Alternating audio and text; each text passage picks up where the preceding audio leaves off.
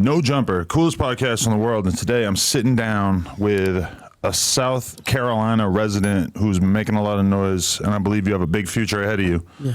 Trap Dickey in the building. How you feeling, man? I'm feeling good to be over here. Yeah? Especially in your facility. I got My guy. I got that vibe right away. I was like, he seems like he's happy to be here because I feel very extremely guilty about being an hour late, but I had to make a series of very important phone calls earlier, so I was a little miscombobulated, but now I'm in the zone. Come on, man. We ain't tripping on no time. We here. Yeah, for sure. Oh, that's a good thing about people from down south is that they ain't like used to being on like a rigid time schedule like people from the coast. We late to the funerals, weddings, all that. Because you've been out to LA a bunch of times. Yeah, I've been out of LA a bunch of times, just mingling around, doing what I do. You feel what I'm saying? It's very different from over here, from where I'm from. Like we see different stuff when we come out here, but it's real different. Okay, because like there's a lot of different levels of South Carolina, right? Because I always hear Charlemagne talk about where he's from. Yeah. And I think it's Monk's Corner.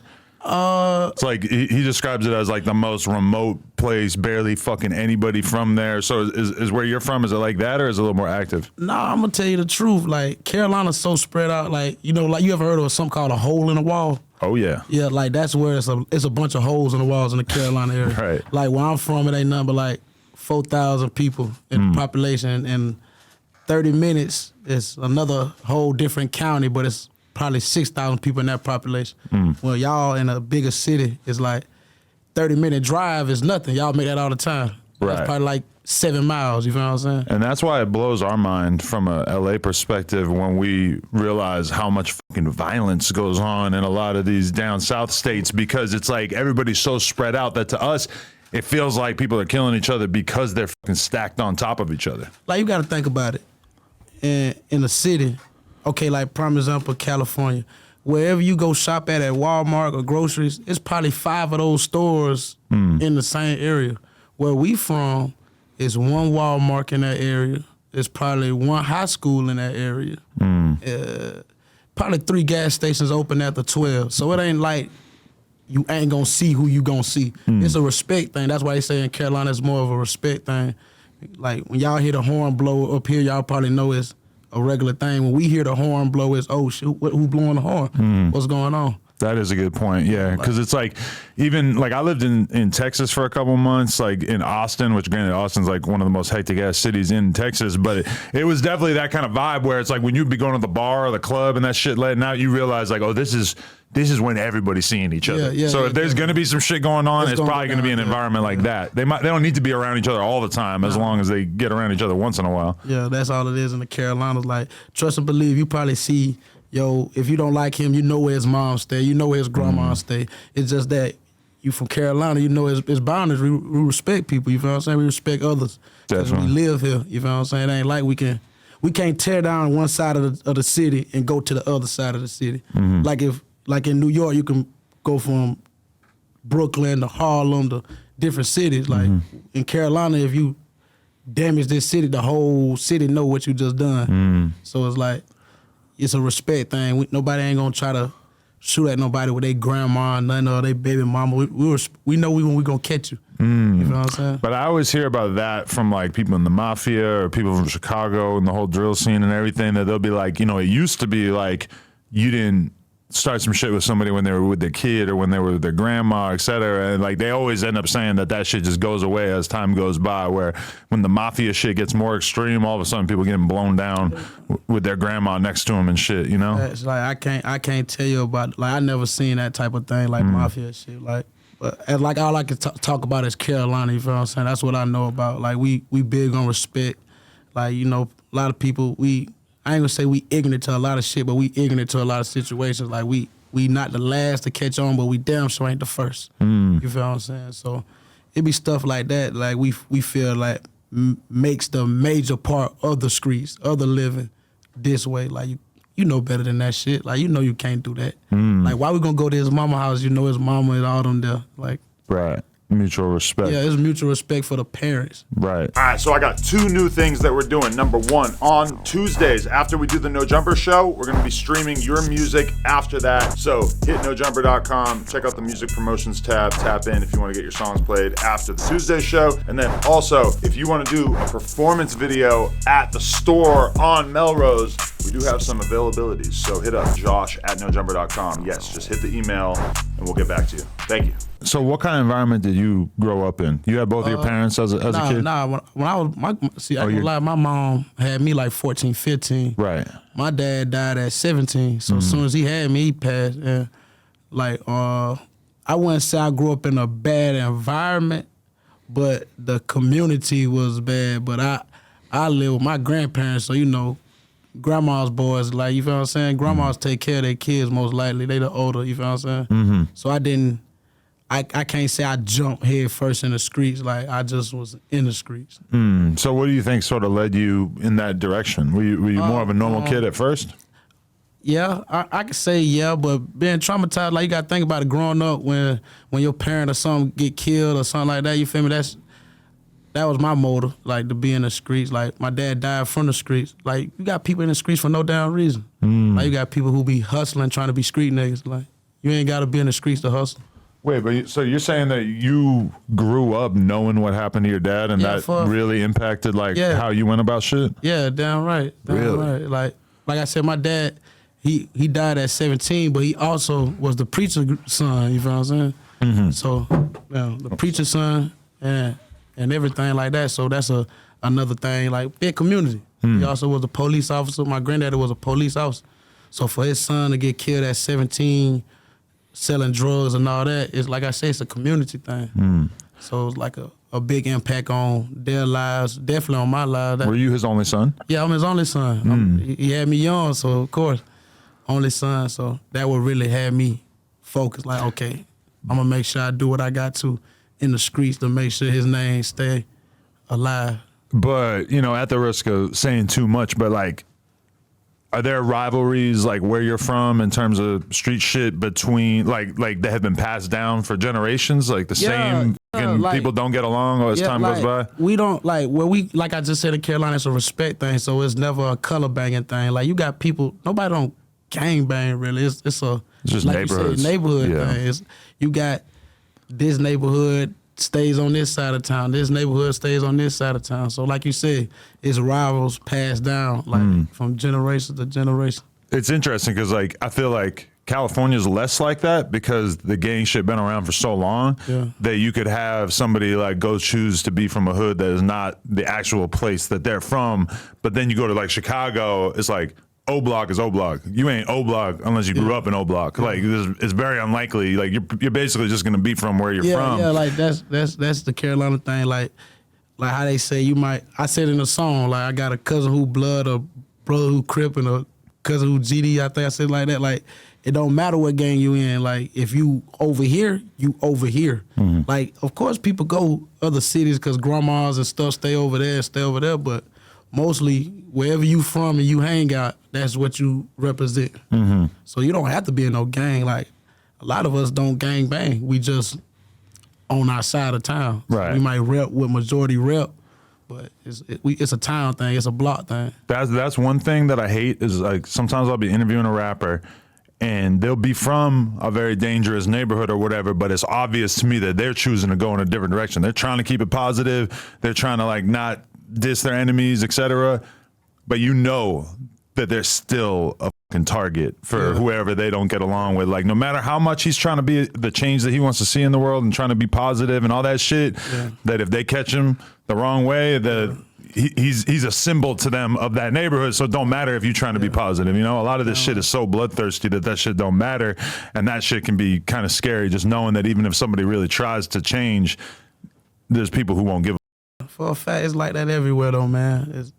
I can't say I see that a lot in Carolina, but of course with the internet, we see that all the time. Like with rappers, we feel like probably went so hard towards the streets, and then they get caught up in the mess. Like, wrong place, wrong time. That's how I look at it.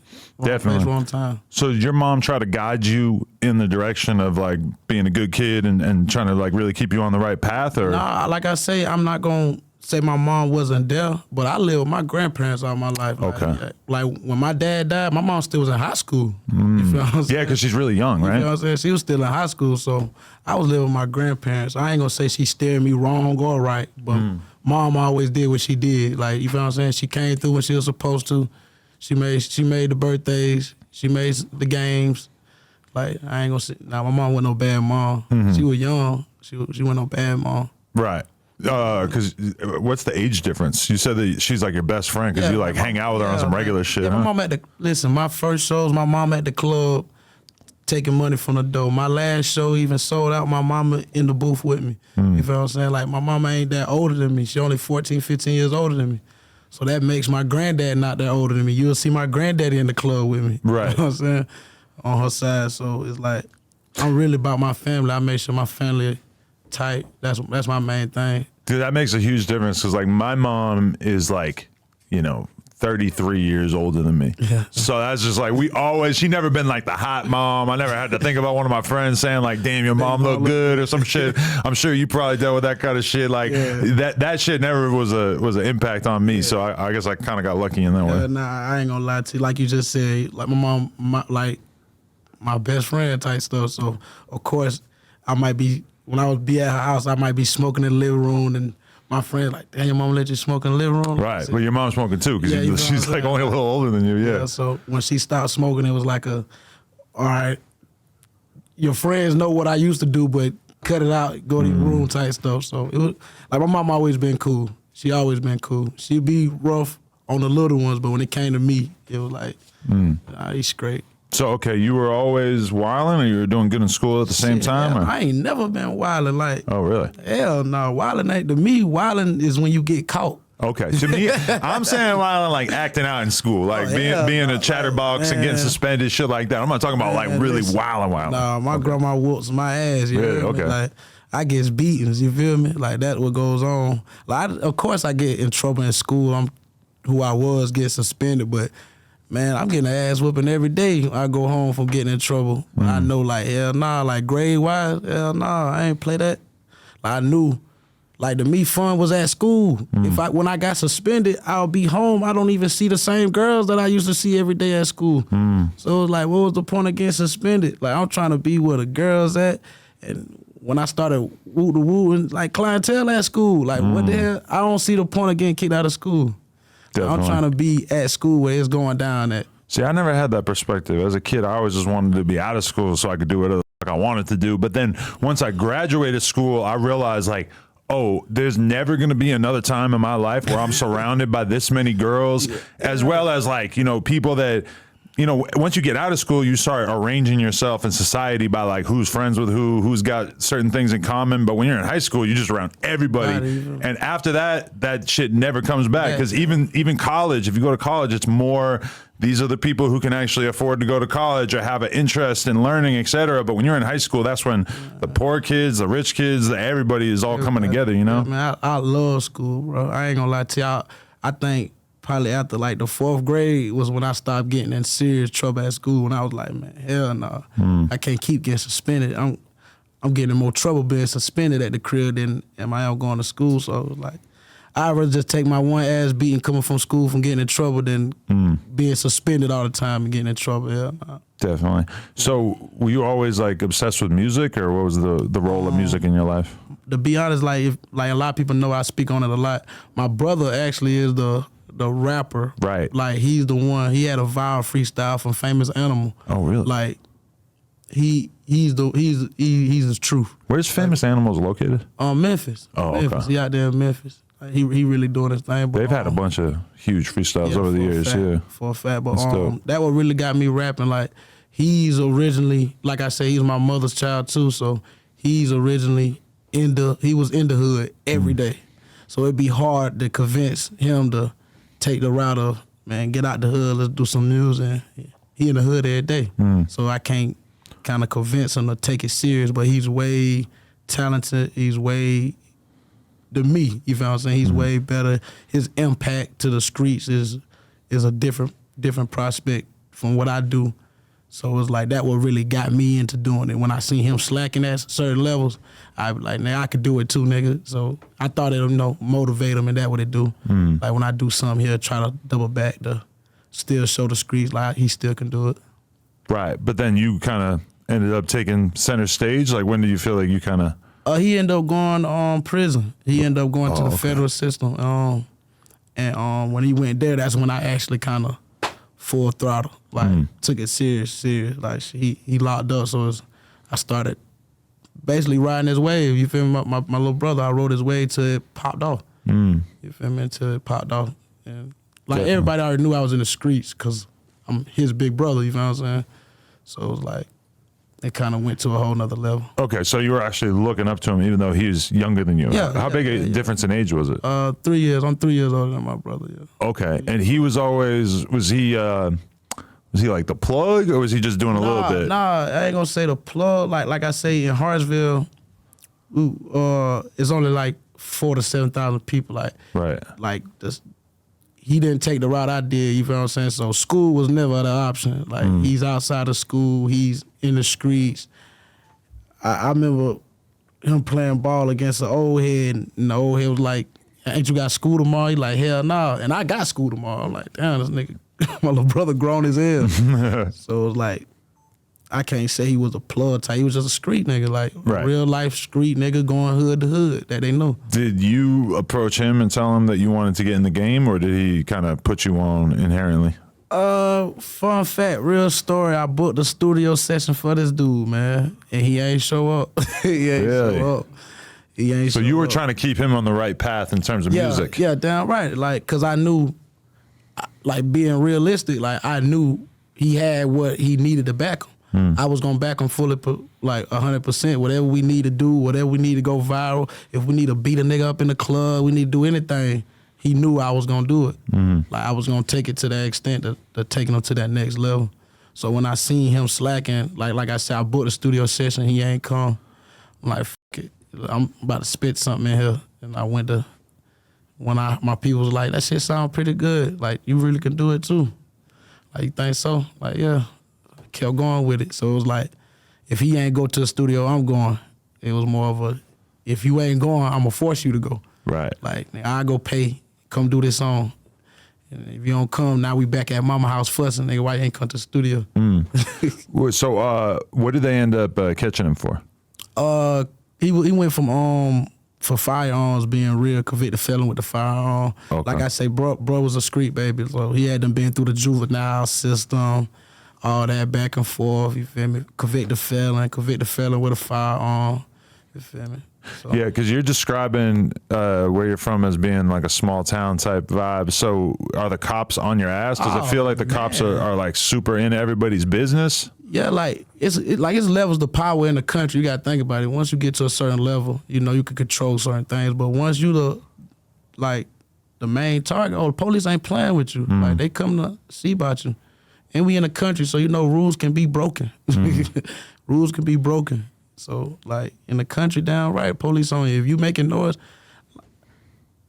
I'm trying to put in a good, like, okay, prime example, like, over here, if you in Cali destroying the community on this side, this other side of Cali probably not worrying about you. True. Because you over there doing what you doing over there. Because up north in Stockton and Oakland and San Francisco, I know because I interview them and shit, but like to the average dude in LA, that is a distant planet that they'll probably never visit. They don't give a fuck about what they got going on. It's like a totally different world. But like I say in Carolina, the cities are so small. So when you making a bunch of ruckus in this city, they gotta come see about you because you making too much noise in their community. Like, prime example, I got a good following. If it's only 4,000 people in my city, and 3,000 of them can say they know me, and 2,000 of them say they like me, and 500 say they'll do something if I tell them to do it, that means you're very powerful. You can have a bunch of people do something in a small community. So the police gotta try to have that on, you feel what I'm saying? Because if you messing up the community, you messing up the whole city. Because that's the one thing that I like about living in a bigger city is that it's like, out here, you really got to do some shit to attract the attention of the cops. Like, and I see that with a lot of different things, like the graffiti world. I pay attention to all that shit. they're not opening investigations on motherfuckers. You know, they got to catch you in the act and then they'll charge you with some shit. Yeah. Same thing. Like, I know dudes who've been selling lean and perks for like 10 years and advertising the out of it on social media every goddamn day. And it's not like the cops ever just showed up at their crib like, hey, we're going to get you. Now, if you're the brick man, now we're talking. Yeah. If you got bodies associated with your shit, now we're talking. Yeah. But as long as you keep your shit kind of like underground or whatever, then you should be all right. Yeah, Carolina, it's a different vibe. Like, now we got big cities now. Like, we got Charlotte, Columbia. Like, we got big population cities where, like, a bunch of crime go on and people don't, you feel what I'm saying? Like, it's still a bunch of crime, but it's a difference when you in these little hole in the walls and you causing so much trouble. Like, damn right, police come to see about you fast, too. And like I say, everybody know each other. So you damn near went to school with this cop. You feel what I'm saying? You can get pulled over and it's your classmate. Right. You feel what I'm saying? Like, we all went to school here. Everybody know everybody. But you were saying that it's, like, easy for them to break the rules? Yeah. So you witness a lot of, like, really shady shit over the years, damn really? Right. Yeah, like, that's basically what I just told you. We all know each other. So if I pull you over and I'm a cop and I know your mama and my mama best friends or some way down the line, we know each other, we have mutual respect, rules can be broken, cameras get cut, you feel what I'm saying? Gone by today. Yeah. That's dope, though. Yeah, but then it goes the other way, too. It goes the other way. Where it's like, if I went to high school with you and I'm sitting there watching cars and I see some dude drive by and I know he good, he not a criminal, next car go by, oh, I remember that mother, he sells drugs, boom, pull his ass over. Like, I mean, that shit got to happen as well, right? Same thing. That's why, like you said, you got to, if you're in the streets, you got to be in the streets for your reasons. Like I told you, I see people in the streets for no reasons that, like, hustlers are trying to be in the street life when you just was a hustler. You should have just been hustling to get out of the area you in. And you got fighters that be in the streets getting killed for fighting. When your ass should have just went to play UFC or boxing or something. Like, you didn't have to jump in the streets because you was a fighter. But do you see people become police officers and then basically, like, use their power to kind of, like, take aim at people that they don't get along with? Right. So I could be like a sneaky blood cop. Listen, and only arrest people that are on the other side of the equation. You can be a cop at the age of 18. Like, it's like, it ain't no rules to this shit. So when you a cop, and that's why they they lowered the age to carry a gun now. Like, bro, you could be a cop if you got a clean record. Right. So if my little brother got a clean record and he been banging blood all his life, as soon as he get in the cop game, he could definitely go straight to that area over there and pull his power card. Right. What's up? What I smell like? I got something? I ain't got nothing, Rap. You just, okay, you gonna chill with me? But we're gonna do this together. Yeah, sit your ass down, Rap. See, he always hits you with the paw, yeah. Okay, then. Nah, but that makes total sense. Like, if you are basically like a gang leader, don't get people to give you money so that you can put guns out in the streets. Just turn the little homies into cops and have them arrest all your ops. Yeah, that's definitely route you could take. It's a pretty good strategy, regardless of the ethics involved with it. Damn. Yeah, no, that's like if you go shoot up somebody's mama house, you gonna call their mama a snitch because she told on you? Exactly. Like, you can't do that. She's not in your street life. She's not in the street life. You should have did it the right way. I had gangster dudes kind of tell me before, like, you could call the cops. Like, I can't do it, but you could do it. And like, like it's like you said, there's rules to it. It's fucked up, but there's rules to it, man. But definitely, don't no lie to you. It's definitely cops that choose their side. They'll let you know, like, we don't deal with this side. We deal with this side. Wow, small town shit, especially. Damn, that's crazy. All right, so what age were you actually when you got shot? This is after you popped off as a rapper? Nah. Okay. I got shot, then turned to a rapper. Okay. So you were 21. What were you actually doing? I spun a nigga around and put him in the full Nelson. For real? Nah. Oh, man. Nah, what happened, being honest, my baby brother shot me in a crossfire. Like, being at the wrong place, wrong time, playing around, doing stupid shit, you know what I'm saying? And I kind of walked in his line of fire as he shooting. I turn around and boom. But who was he shooting at? I don't know. It was just a crowd of people, like, type shit. He was doing his do. I'm in the way. Where were you at? Like a party or something? Block party type shit. Okay. Block party type shit. Holy shit. And you just accidentally kind of walked into it? Walked into the line of fire. What the f? And this is the same younger brother that ended up going to prison, or a different one? It's like 4 of us, to be real. Okay. With us. I'm just the oldest. He didn't end up getting caught for it or anything? No. My little brother went to school the next day. Holy shit. Brother went to school the next day. So did you get rushed out of there in the ambulance right away? Nah, I didn't fall. It went like where I got shot, the bullet actually was still stuck, so they had to cut it out. Like it was like when I got shot, it was like a boom, down. What the hell just happened? Like look around, no falling, like damn, let me look in the rearview mirror in the car, let me run to a car. Damn, I got shot. Hey, let's go to the hospital type shit. Like it wasn't no, oh, ambulance, he falling. Nah. It didn't feel that crazy? Nah, it wasn't that type of vibe. Like it was a boom, boom, shots going off type. Oh shit, boom. How it happened. Then I go to the hospital, get the bullet out, like, boom, boom, boom.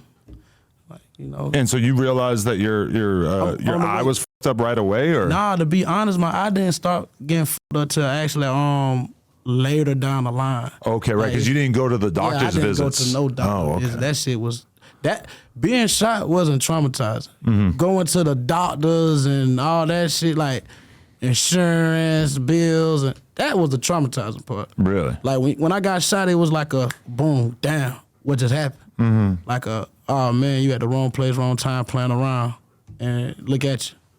So when that happened, it really was like, damn.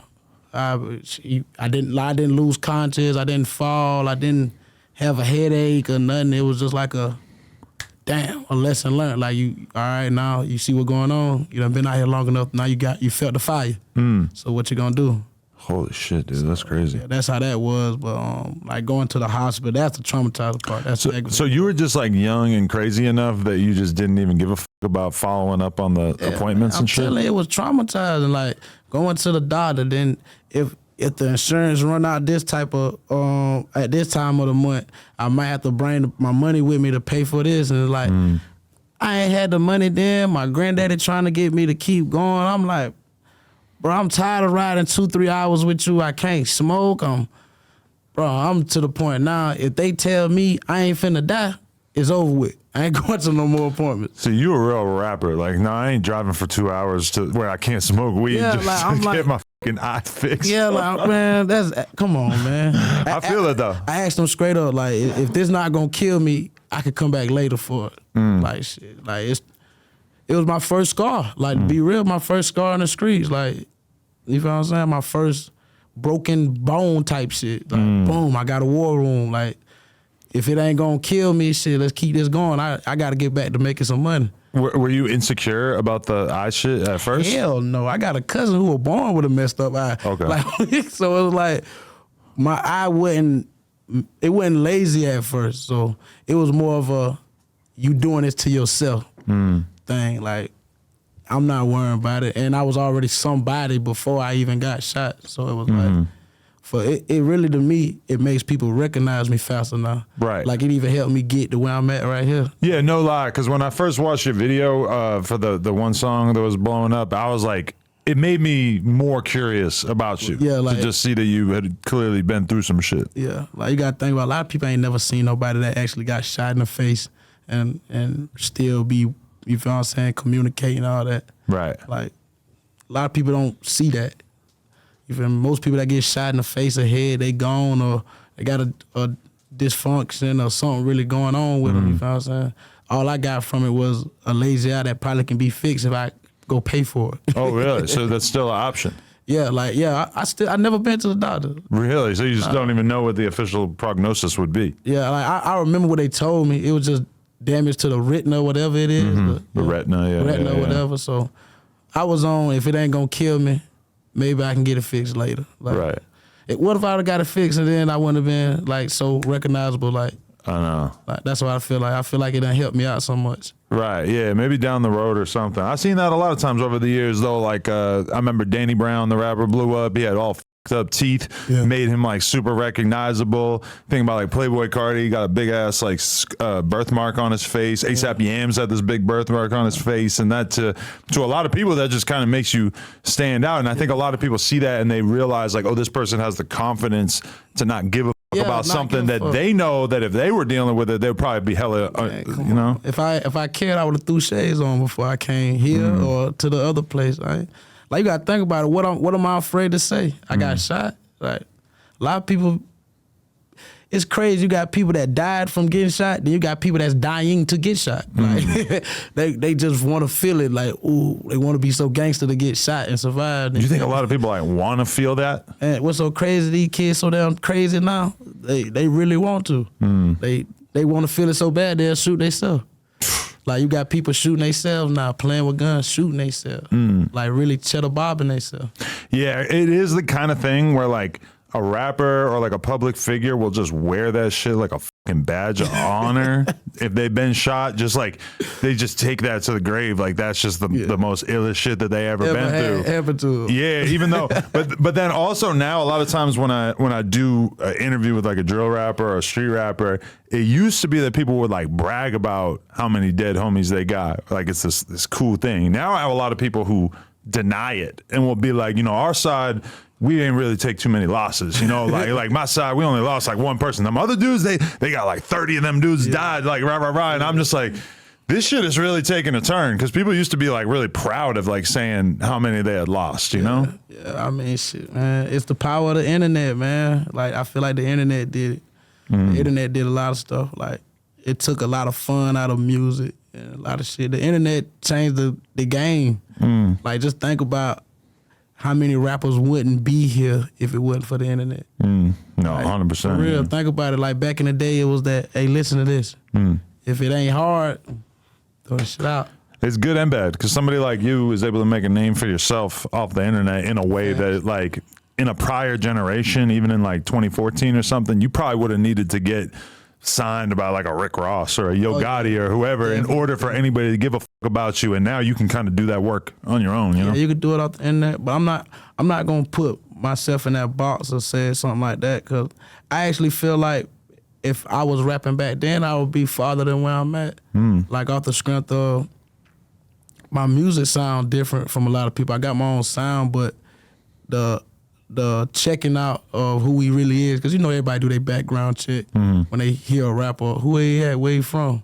I just felt like my background would have matched the stuff I'm rapping, and it'd have been able to blow faster, you know what I'm saying? So basically, like, you don't have insecurity about talking about a bunch of shit that you haven't really experienced, which a lot of rappers probably do feel a little bit like that.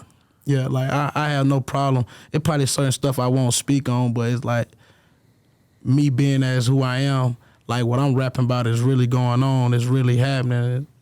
I'm not the little man in my situation. Like, I'm one of the people that everybody know handle his business. I stand on what I stand on. I do for my community. I buy shoes for the kids. I buy shoes for this school. Like, I really do what I'm supposed to as a street guy. Like, I'm not in the streets because my friend was in the streets. I'm not in the streets because I was a good hustler.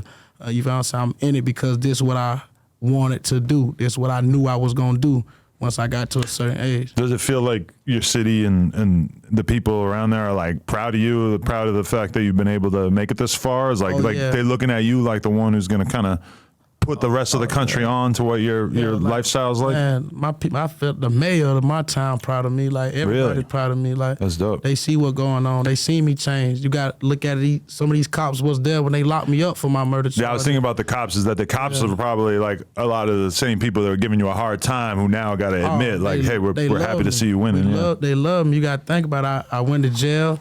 I got out. I ain't mess up. I ain't have to tell to get out. I did everything I was supposed to. Like, they look at, even the cops got to respect somebody like this. Hey, he was a street guy. He did what he had to do. He did his time. He came back. He gave back his community. Like, it's like that what you supposed to do in the streets. Like, if you even look up to some of these big Bloods and big Crips and big G's from back in the day, they preached the community. They preached we was here for doing it. So it's like, shit, why not do that first? Like, go ahead and knock that out the way. So when they do see me grinding and getting to the top or whatever, you can't never say I never did it. I did it when I ain't have it. So imagine when I get it, what I'm gonna do. Damn right, me and my communities, not just one, I do for a bunch of cities around in my area. Like, cause at the end of the day, this who gonna look out for me when it get rough. Like, when I'm going through hard times, if I get pulled over from speeding because I'm on the phone, damn right, I'm looking for this cop to let me go because I'm home. You know I ain't doing no wrong. Right. Yeah. Definitely. Okay, but where you're from, is there a lot of like different street dudes making songs about each other and that whole type of thing? Or not so much? Somewhat, but like I say, I'm not the littlest person in my situation. It's a bunch of rappers from Carolina. I lie to you not. It's a bunch of rappers, but we all got the respect thing. Like, of course, this rapper from Carolina might not like this rapper from Carolina, but this rapper know he not gonna diss the other rappers that's hanging with them because it's a respect thing. We all might see each other at the club. You feel what I'm saying? The fact that it's such a small environment keeps a level of respect that kind of has to be that way. Yeah, because we know once it go down, it's going down. Like if you look at a prison riots or type of prison riots, Carolina's gonna pop up on Google or anything. Like, because when it goes down, it goes down now. Like when it goes down, it's going down. But it's a respect level. Like, so was the Blue Devils song the first time that shit really started to crack off, or was there anything before that kind of had the momentum going? Worldwide, Blue Devils is the first song that I had like crank up, but of course other songs that took me locally famous. Like I had songs like Ride For Me. The viral freestyle I had before Blue Devils was actually on Mama on a Lauryn Hill beat. SayCheese, that's my dog, Shawn Cotton. He really he really showed me a lot. He was like the first person to post you?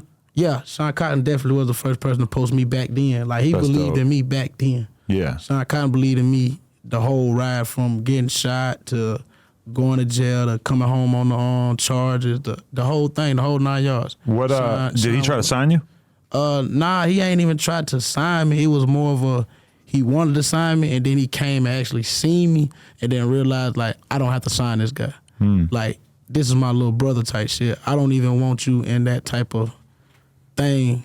Like, I actually seen him do everything with everybody else before he even attempted to tell me to come to the crib. He always me off the scrim. Like, he never even gave me the vibes of, hey, I want you on my team. It was shit, you my little brother. Like, I really like you. So he put me in predicaments that I thought I'd never be able to be in situations. So it was like, that's why I fuck with Cotton. That's dope. Hell yeah. No, even though he's like, I think he's younger than me and shit, I take a lot of inspiration. I kind of pay attention to what moves he's making. Yeah, cool dude. Like I said, I like a lot of people, but he's a cool dude. He reached out to me. A lot of people from Carolina started reaching out when he did what he did, so that what kind of made me. As soon as I start realizing that people on a national level are paying attention to you, they're like, I don't want to be the last one to the party. Oh yeah. Like, one thing about Carolina that a lot of people don't say, I'm not knowing if you're familiar with a lot of Atlanta and Louisiana, Alabama, all them type of rappers, but they come straight to Carolina first. Like, really? Memphis. I can't think of a lot of them, but all them states, they come to Carolina first to get that money. Like, a lot of rappers will tell you from that side that they probably got their first 100,000 of shows in Carolina. Like, from Florida, all of them, they come to Carolina. They'll tell you that. So not necessarily known for being the place where the most rappers are coming out of, but the fan base is like big time? We are known for the biggest fans. Most of these rappers' biggest concerts are in Carolina, for a fact. If they say it's not, I tell them to bet the money. I'm willing to bet any rapper from that area, like they biggest shows be in Carolina, for a fact. Interesting. That's good to know. Yeah. But so, okay, you talked about getting shot, but then you said you had a murder charge at one point. Was that before that? I had I actually had the charge before I got shot, and I didn't get picked up until after I got shot. Really? Like, they didn't charge me. Because like I said, in South Carolina, rules can be broken, you feel what I'm saying? They knew I had nothing to do with it. They knew I wasn't there. It was hey, you know the guys that we feel like know something?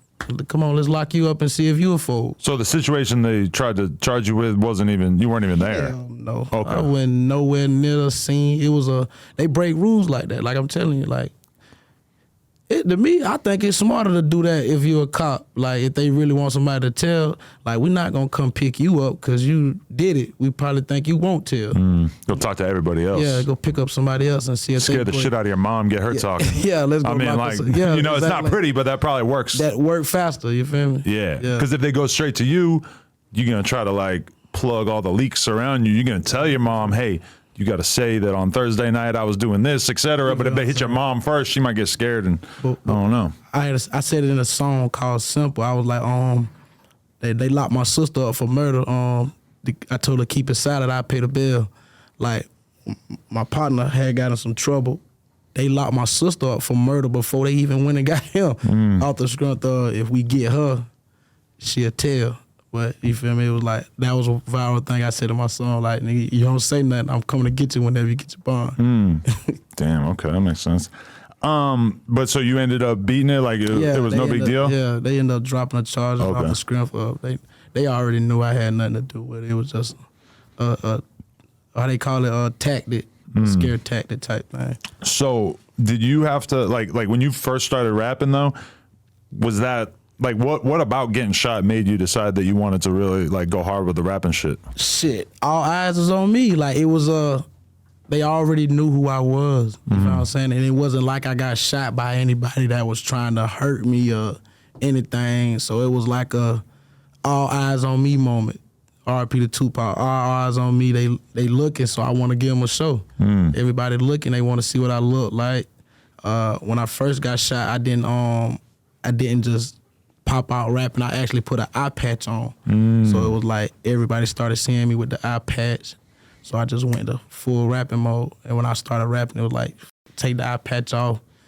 Started, you know, the eye wasn't lazy yet. So as I see it getting lazy, I'm like, shit, I might as well keep going with it. So you weren't, you were, like, self-conscious about people seeing it at first, and then you were just like, fuck it, and you took the eye patch off? Okay. Yeah, like, at first, I had the whole patch, and I was thinking, like, hell no, I can't go out like Doe B with the patch. He already took that, and then Slick Rulers, like, they already got the patch. Like, Slick Rick. Yeah, Slick Rick. Like, Slick Rick the Ruler. Yeah, Slick Rick the Ruler. Like, nah, there's been a few people who made it famous over the years, but it is crazy that, like, such a small percentage of people end up losing use of an eye. You know, it's like, it's something that's so rare that we can only think of a handful of people throughout rap history that had that shit. So I was like, damn, Fetty Wap. Oh yeah, that's good. Down. He don't wear no eye patch, and all these people that something happened to in my mind, I'm thinking like, bro, nobody ever had no gangster stuff or nothing happened to him, and they, you know what I'm saying? Like, Doe B had I got you. So I was like, shit, I ain't gotta wear it. He got shot, I got shot, I ain't gotta wear it.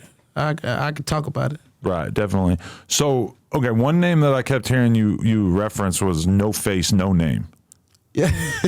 So that's just your homie. Is NoFace the crew, or is NoFace NoName his whole name? That's his name. Like, I just said it earlier when I was like, hell no, I ain't self-conscious. I got a cousin who got a messed up face. Like, okay. Like, that's where he come with the NoFace NoName. Like, my cousin grew up like that. He was born like that. Okay. You know what I'm saying? So it was like, and he had he was one of the most popular persons I ever seen in my life. Right. All the girls, all the homies, everybody gangster want to be around him. Even if you don't like the people he be around, you gonna want to be around him because he was so funny. So when he jumped out in the streets and started doing what he was doing in the streets, it was like, shit, ain't no way I'm finna be scared to show my face, and this nigga out here showing his face. Right. So no, that is kind of crazy. Like, but is that, I don't know, that was a little bit of an inspiration from your perspective. Yeah. Be like, if he don't give a fuck, then I don't give a fuck. This dude don't give a fuck.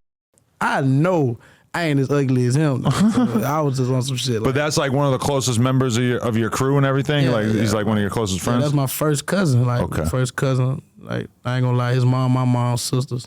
So, and that, like, another thing, my brother was with him when he was rapping, you feel what I'm saying? NoFace NoName. Like, he the one took my brother, like, nigga, do this, you feel me? I was just the one backing him with the street stuff and stuff like that. How long till your brother gets out of prison? Actually, I actually don't even know his date because he went back for violation. Like, he got out and went right back. Really? Bro, hot head, bro. I ain't gonna lie, I just can't wait till everything fall in play. So when I be able to really put it in his face, like, nigga, I pay you to sit your ass down. How about that? Definitely. But is he, like, really proud and excited about you having motion? Yeah, like, yeah, bro. bro ain't no hater at all. Bro, actually, he likes it. Like he the type. I just hate that he won't prove it, but he the type. Like if he see me do something, he'll show you like that shit ain't nothing. Like I can do it 10 times easier. Definitely. Like I went to Famous Animal and did Blue Devils, so everybody was like, Hardaway, won't you do it? And then he went up there and showed his ass.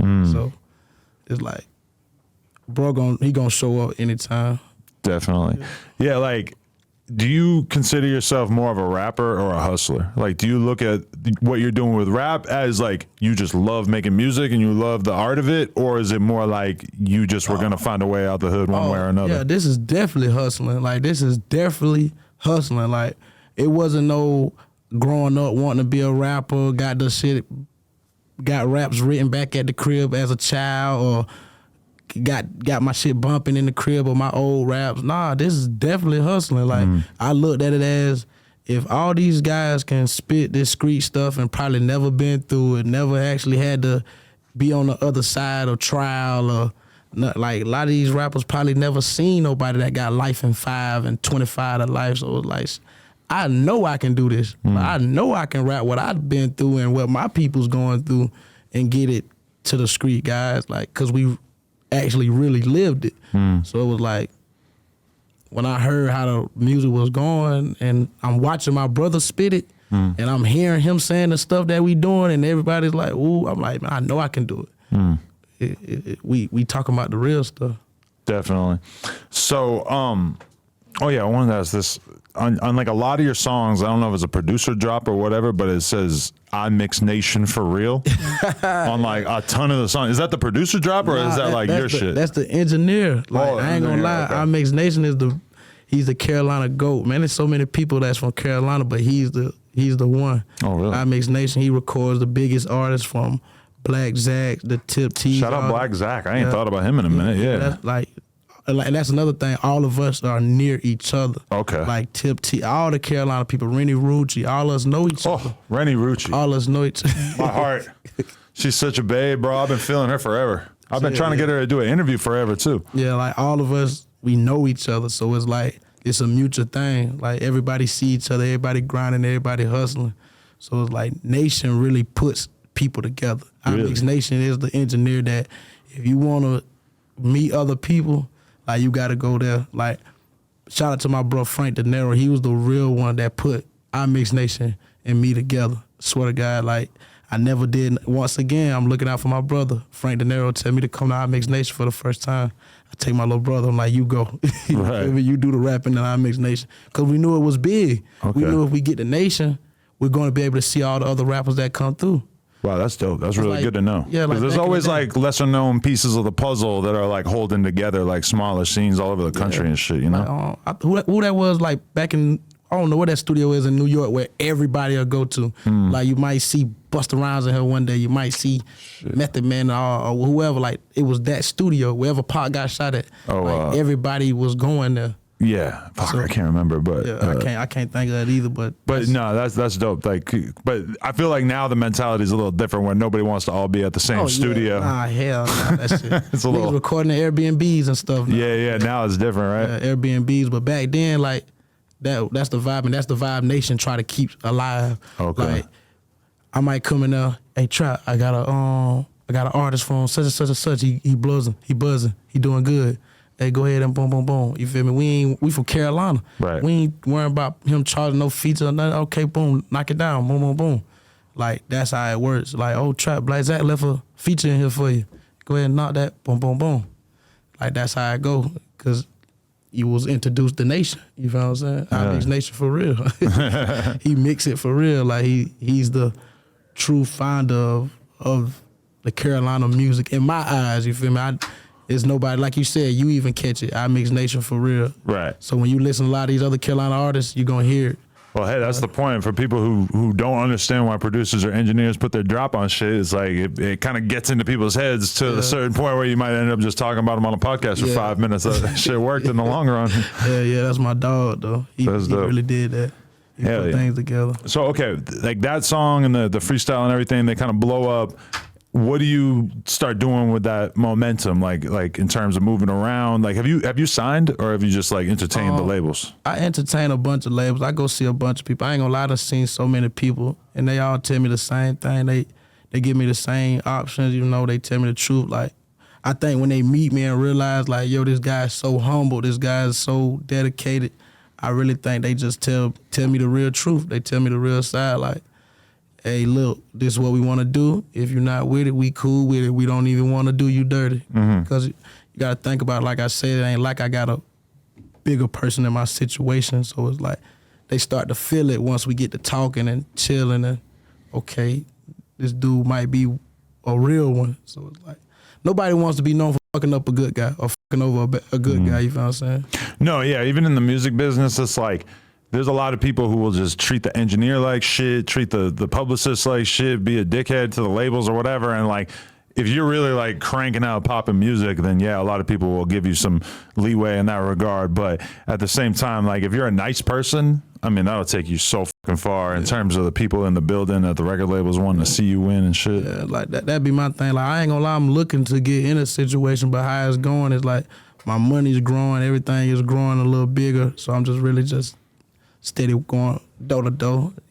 They say they want to talk to me, they want to meet, and we pushing up. You feel me? How you doing? You feel me? Because it's like you have interest now, but if you just end up making a song next week that gets 10 million views, all of a sudden the offers from the label is going to change a lot. They're going to be offering you more money. They're going to be giving you better terms as soon as they realize, oh, he can make a bunch of hot records. Then all of a sudden their confidence level in you changes a lot. Like, man, we got so much unreleased music. So that's another thing that artists, I feel like they need to know. Like when you go into these label meetings, go put your work in. So when they ask you what you got, nigga, pull it out. You feel me? That's another thing. Like every meeting I ever went to, when they ask for the work and I pull it out, it's like a damn. Like shit, you got all this, damn, that might be another one. That might be another one. Because the labels are extremely used to dealing with people that are very lazy and unprofessional. So if you can show them right off bat, like, hey, I'm not like that. Like, I got music, I'm producing music. I don't need you to stick me in the studio for 2 weeks to come up with some good songs. I'm already doing this shit on my own. Yeah. The label sees that and they're like, oh, all right, this is the kind of guy we want to invest in. It also scares them too, because it's like they don't want to be known to fuck you over. Like, you got to think about it. I done had people, I come sit down and talk to them, they looking like, damn, shit, well, I'm going to send you over here to these folks. Like, damn, I thought you could help. Nah, you got everything together. You might need to go over here. Oh, that's dope like, to hear. That's like, prime example, Shawn Cotton. Like, it was like, shit, bro, it ain't no need. Like, I really believe in you. Like, I'm going to try to get you to go over here. I'm going to try to get you to go over here. I'm going to send you, let these folks talk to you. Like, that was the vibe. Like, certain people don't want to be known to fuck over somebody that's good. Because at the end of the day, everybody know what the label's for. It's like borrowing money. It's like a loan. Like, they the machine. Yeah. So if you can make certain stuff pop without using the machine, it's like you want to get in the best situation you can to let you really work. Cause that's all it is. From your perspective, though, like, most of the money's coming from doing shows, or you make good money off streaming and shit as well? Like, with my point of view, I look at it as screaming and shows. Like, money is money. $1 is $1. You feel me? It's about how you stack it. It's all about how you stack it. You can make more money doing walkthroughs if you do it the right way. You feel what I'm saying? So I don't look at it as which one is bigger, because of course the show money comes faster and bigger, but the streaming something probably you never even see. So when it builds up to that amount, you're like, damn, I got that over there. Yo, that walkthrough shit is crazy, because I remember I interviewed ESTG, and then a couple weeks later, something happened where he was beefing with a promoter over something where I think they put him on the flyer like he was going to perform, but it was just a walkthrough, and then they tried to make him look bad by saying that he didn't perform or some shit like that.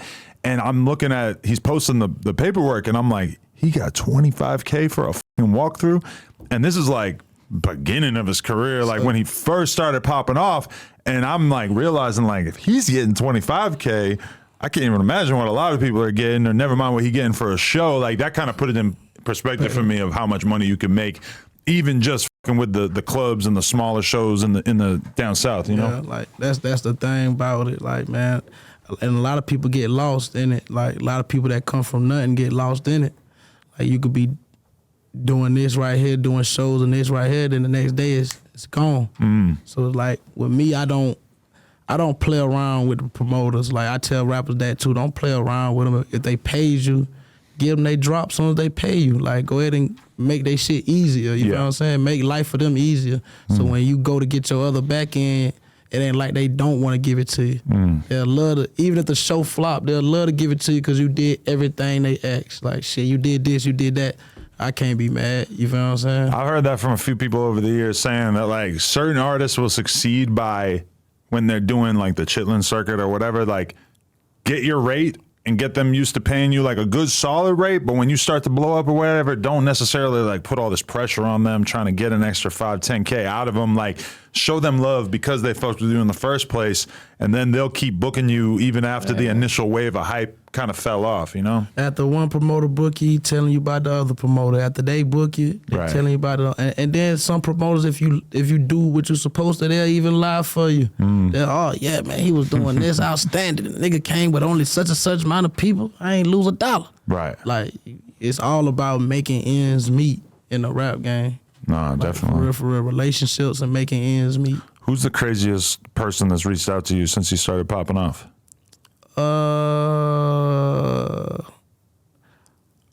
Damn. Because I heard about the Akon one. Oh yeah, that's my dog. Like, I ain't gonna lie. I ain't gonna lie to you. Akon really my partner. Like Really? that's big, bro. Yeah. Like that ain't nobody that reached out to me on no. He got a wife that lives in that's from my city. Right. You feel me? So it was like he was coming home. Like you feel what I'm saying? So when he tell me to come to the crib or shit like that, I'm eating at the table. You feel what I'm saying? So Yeah. that ain't even no celebrity to me. That's a big brother. Like he actually checks on my family. He knows me. Oh, nice. Like that's really like I go to the crib without Khan being there. I know the kids. Like we family. You feel what I'm saying? Like that's a whole different level. I went with Whack 100 to Nick Cannon's office to talk to him about something. We walk in and it's just Akon sitting there, and I'm just like, holy f***. Like I never thought I would walk into a room and Akon would just randomly be there. Yeah, like man, Like, nah, that's- bro outside. You gotta think about it from even out here, bro do some decisions and you'll look like, huh? But it's Akon. Like imagine the whole 6ix9ine thing. Like Oh yeah, remember that? you Yeah. remember like and nobody does Nobody give a f***. because he's Akon. He's You know Akon, what I'm saying? yeah. Like I'm watching people like Akon, why you with him? Like I watched a whole YouTube video about that city that he's building in Africa. yeah.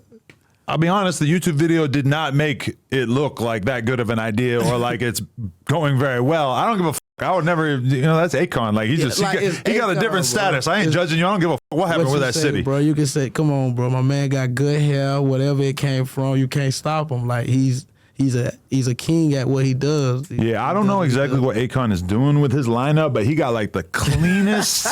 It's like a cyborg robot fade. Like that shit is lined up so crazy. I tell a lot of people you wouldn't believe that this guy personality is like that though. Him, it's a lot of rappers I can say that reached out to me, but him, like I said, I didn't even look at it as a reaching out. I looked at it as me going to my uncle's house type shit. But Gotti, the me though, the biggest one was Snoop Dogg. Like when Snoop reached Dogg, out. Yeah, when Snoop Dogg reached out, that shit was like, Wow, that's dope. that was crazy. You got to think about it. Snoop's elderly, he's older, so that put all the old folks on me. I ain't gonna lie, Snoop, I gotta see you real soon. If he do see this interview, I gotta see you real soon because he motivated all the old folks for me. Like when he did that, oh man, I was walking in the bank one time and I'm looking at an older dude. He like, ain't you that dude that Snoop Dogg comment on that? I was like, yo. That's crazy. Like all the old folks love Snoop Dogg. Because as much of a legend as Snoop is, he's kind of like underrated. Like people almost don't talk about him as much as they should when he might actually be the most famous rapper. Snoop is actually the famous rapper that really don't do what he want to do. Like he don't, he does what he want to do, but don't like come like man. I think if he come down south, he don't even know like it's probably a statue somewhere. Snoop, bro. Like people love Snoop, bro. But he's like so himself that he don't really do a lot of the famous guy shit that a lot of other people in his position would do. Like he does do these crazy ads and stuff. You watch the Super Bowl, you watch a football game, you see him 10 times throughout the course of the game. But like really, from what I understand, he got a big old compound out here, multiple recording studios and shit like that, and he's just in there like all the fucking time. Anybody that go live with that do-rag on, you could tell they living well. You feel me? He home. He relaxing. He keeping his do-rag on. He relaxing. When he step out, he type of dude probably don't even get dressed no more until he steps out. Like like Snoop, you could tell he had the crib relaxing. But I'm not gonna lie to you, Snoop got to come down south. There's a lot of love for him down south for sure. I'm gonna let him know. Yeah, you got to. If you can, let him know. Trap Dickey definitely want to meet him. I will. I know some people who know some people, so I'm gonna tell them. Yeah. But yo, so okay, you put out the Blue Devil shit 4 months ago, and then you haven't actually dropped any videos on your channel. You haven't dropped a mixtape since then. What's your perspective on dropping more content? Like you just wanted to let this one just continue to buzz? Actually, man, I've been grinding. I've been hustling. Like shit, the Blue Devils was amazing for me. So when it popped and it blew, it was like with me and my team, we realized like, damn. It's so many tracks. Like, okay, we dropped Blue Devils that didn't do what we did until we promoted. Oh, okay. We went to On the Radar, we went to Philly and put some promotion by it. I paid the money to do what I had to do.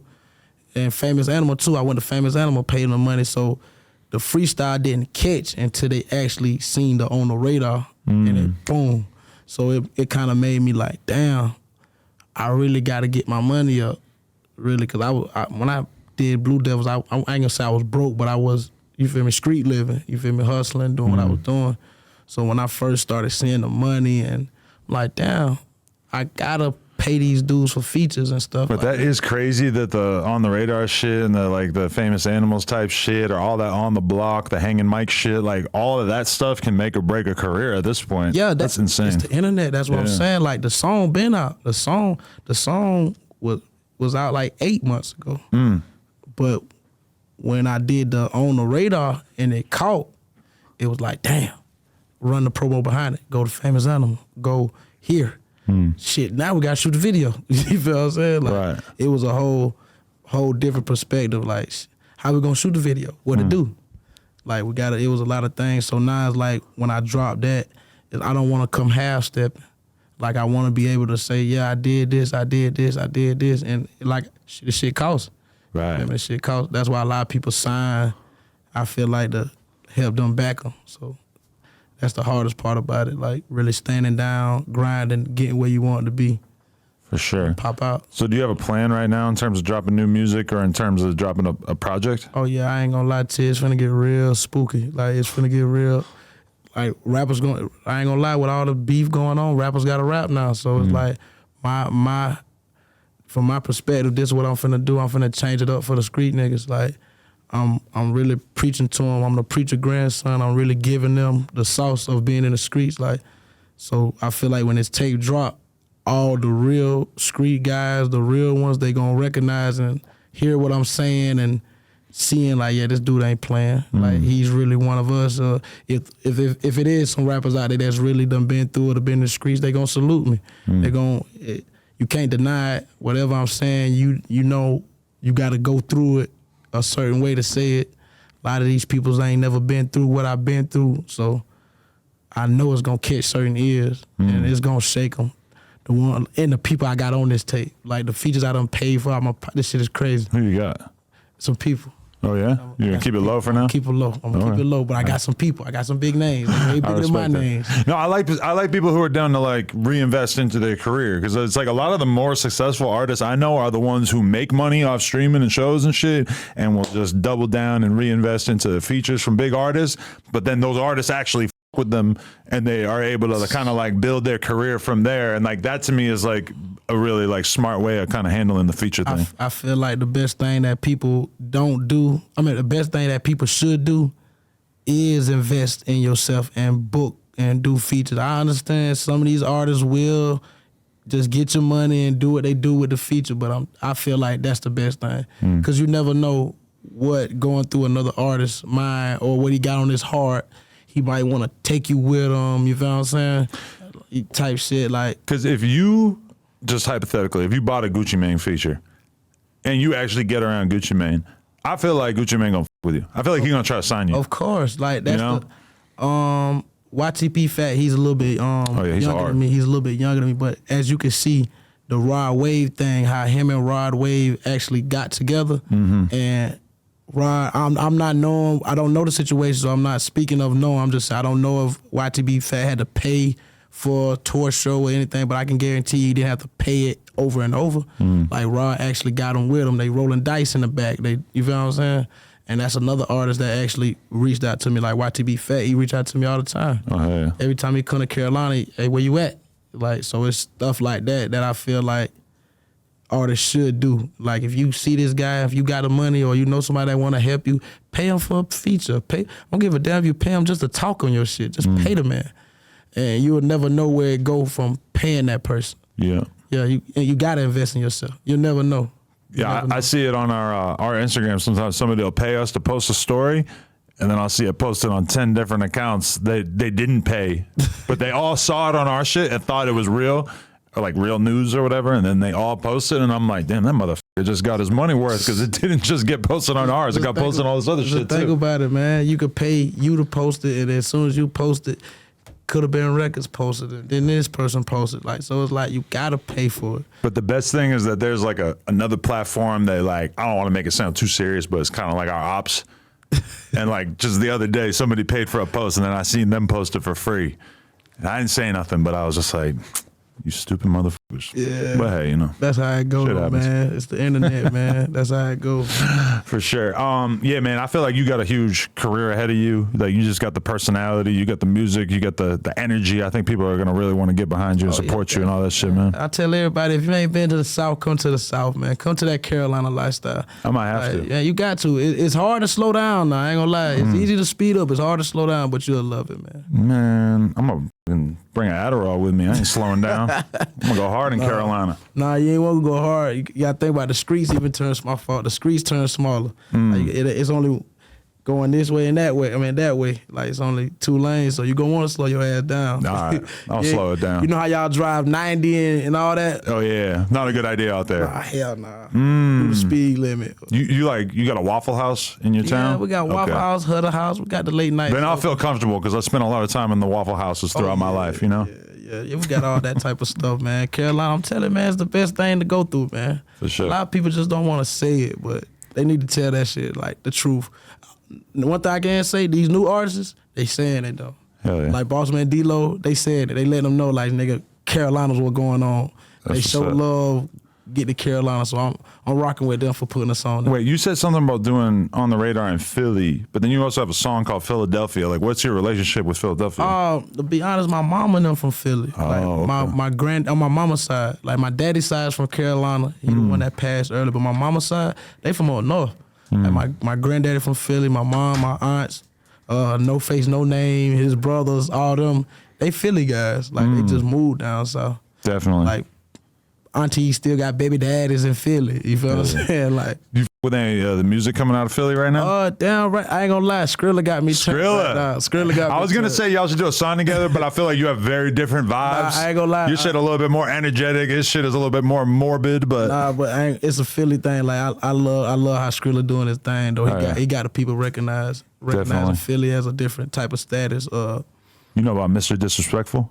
No, I don't know. Oh, man. It's disrespectful. I don't know about him. That's too disrespectful. I don't want to see you get on those songs because then you're gonna have to have security when you go to Philly if you get on a song with this fool. I love Philly, man. Hey, Philly rough though. I ain't gonna lie. They about took me down for going up. They playing with them. Like, oh yeah, yeah. When I did the On the Radar and they said from Philly, you know Philly. He ain't from Philly. Oh shit! They just thought you were there because you recorded it. Yeah, they just went. Oh, who is this? He's not from Philly. Hell no. Yeah, that's funny as. All right, well, hey man, whatever happens, like I got your back. I feel like you're gonna be huge next year too. Man. Definitely excited to see the next videos, the next projects. I'm subscribed on YouTube and all that shit. Okay, there, man. Hey man, let me know my boy get. I ain't seen Craig in a minute. Where Crip Mac at? Craig Mac? I mean, not Crip Mac. What's my man? Oh, name? Crip Mac. Yeah, Crip Mac. Where Crip Mac at? That's a different generation. No, he locked up. He got federal gun charges. Yeah, I seen that. So he might be doing like 3, 4, 5, 6. Okay. We don't know how many years. We waiting to find out. But he pled guilty on that shit. So he gonna be sitting down for a while. But we still been talking to him. And helping him out and all that shit. Already, I gotta meet him too. He be having me laughing. Oh yeah, no, man, yeah, that's a character right there. I can't wait to see him back in the streets. Yeah, man. But yo, thank you, man, for real. Hey, man, appreciate you for having me up here, dog. My pleasure, man. Thank you. Trap Dickey. You know how we going. Wait, last question. Talk to me. Where'd the name come from? Are you Dick? Yeah, my last name Dickey. Oh, okay. Last name Dickey, real name Travis. You feel me? You know what'll be a good photo is one day if you ever run into Lil Dickey. Man, that's my dream feature, man. I be telling You fuck with him like that, for real? With him, he ball, he Philadelphia, he rock all that. I fuck with Lil Dickey, bro.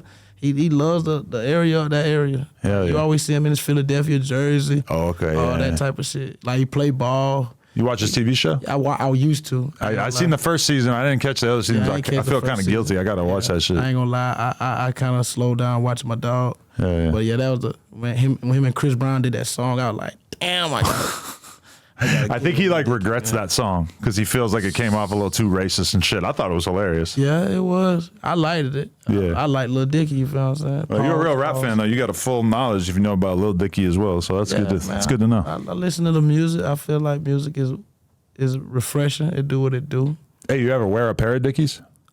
Man, I got so many Dickey outfits. I almost was embarrassed to say it, but it's like, man, to be honest, you don't even know that's my lane. I'm going in a few. Oh yeah. In a few months, it's nothing but Dickey outfit. Like, you know the problem with the Dickies is that it's like water resistant. So I remember I would wear it in high school, and I would take a piss, and I wouldn't fully shake my shit off. And so you'd feel the pee kind of like coming down your leg a little bit because it's water resistant, so it just rolls down the whole thing. Right here, so serious. It's too much info, but that's real shit. That's real shit. Man. I ain't gonna lie to Dickies. I'm hoping they sponsor me when I start rocking that shit, man. Shit, they might. I think they got a whole skateboard team and stuff, so they're definitely doing some Dickies, shit. Man, I'm rocking with them so hard. Hell yeah. You know. Oh yeah. Shout out to Carolina before I get off the podcast. Shout out to all the Carolina rappers, man. I love Carolina. I'm Carolina to the death of me. For sure. I probably won't never leave. Even if I get rich, I'm probably move to another city in Carolina. Hey man, I can see why they love you because you got you can tell you got a lot of local pride and all that shit. Yeah. Yeah. Definitely that. Hell yeah. That, man. Trap Dickey, I appreciate you, man. Appreciate it, dog. Much love. Thank you for coming through. Everybody who watched this, turn my man up on Instagram and all streaming services.